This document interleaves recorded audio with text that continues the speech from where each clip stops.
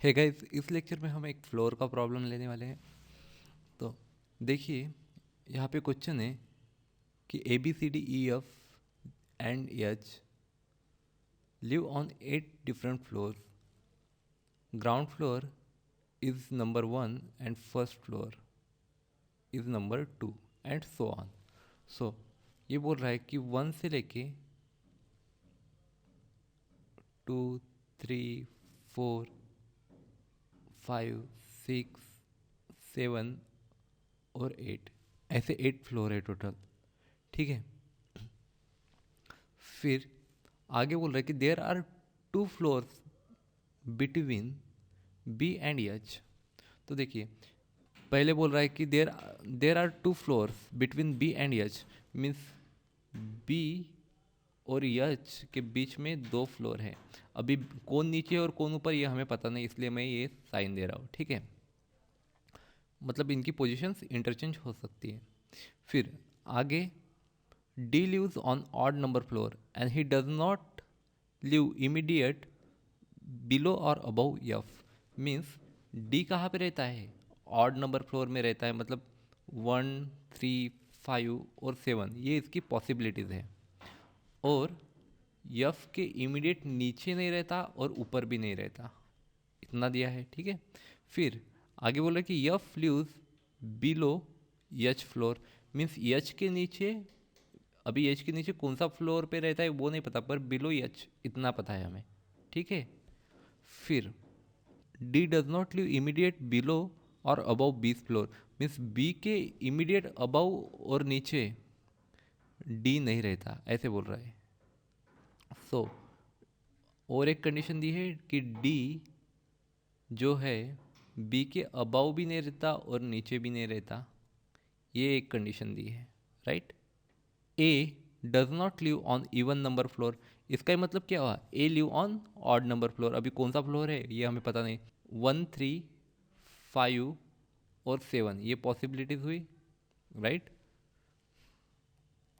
फिर क्या बोल रहा है? C does not live on top most floor. Top most floor कौन सा है? 8 है, तो यहाँ पे कौन नहीं रहेगा? सी नहीं रहेगा। राइट। फिर आगे फिक्स दिया हुआ है कि G live on 6th floor, means 6th floor पे कौन रह रहा है? जी रह रहा है। यहाँ पे क्या आएगा? जी आएगा। ठीक है। फिर उसके आगे दिया है कि E does not live below H. इसका मतलब क्या हुआ? ई एच के ऊपर रहता है, एच के कौन से फ्लोर ऊपर ये नहीं पता, पर एच के ऊपर रहता है ई, इतना फिक्स है। ठीक है। और फिर दिया है कि B live on 5th floor. B कहाँ पे रहता है? 5th फ्लोर पे। अगर बी 5th फ्लोर पे रहता है तो डी और ए की पॉसिबिलिटी यहाँ से गई, बराबर है। अब देखिए, बी और यच के बीच में 2 की गैप है, तो ऊपर 2 की गैप छोड़ के यहाँ पे यच आ सकता है।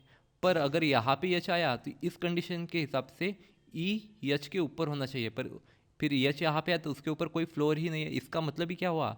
हमारा यच नीचे आएगा। अगर 2 की गैप छोड़ के यच लिखते हैं तो फिर सेकंड फ्लोर पे क्या आएगा? यच आएगा।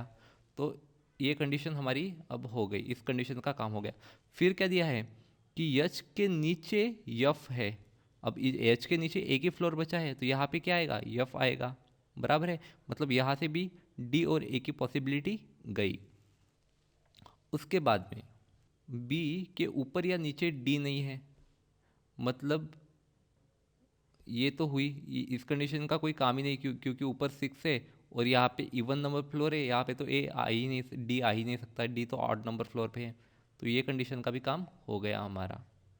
अभी यफ के ऊपर नीचे डी नहीं रह सकता, इस कंडीशन का भी कोई काम नहीं रहा, यहाँ पे भी नहीं आएगा।